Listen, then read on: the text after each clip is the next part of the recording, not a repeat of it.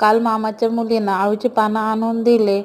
मग आज मम्मीनं अळूची पानं लावायला घेतले. मग बेसन पीठ, त्यामध्ये जिरे, ओवा, लसूण, मिरची याचा ठेचा टाकला. त्यानंतर अळूची पानं लावायला घेतले. पहिल्यांदा पान घेतलं, त्यानंतर बेसन पीठ लावलं. परत दुसरं पान घेतलं, त्याला पण बेसन पीठ लावून घेतलं. दोन्ही बाजूनी चांगलं बंद करून घ्यायचं आणि वरून वडी वळवून घ्यायची. चांगल्या प्रकारे बेसन पीठ लावून घ्यायचं दोन्ही साईडला.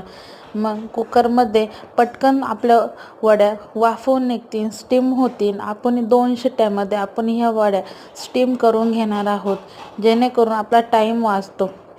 आपल्या इथे वड्या उकडून झालेल्या आहेत, स्टीम झालेल्या आहेत. आता आपण पटकन तेल गरम करून घ्यायचं व त्यामध्ये त्या वड्या टाकून द्यायच्या, जेणेकरून एकदम कुरकुरीत अशा आपल्या वड्या तयार होत्या.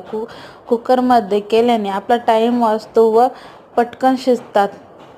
जेणेकरून कधीकधी अळूच्या पानातल्या मधली जी शीर असते ती शिजत नाही, तर कुकरमध्ये ते सर्व निघून जातं व चांगले वाफून निघतं.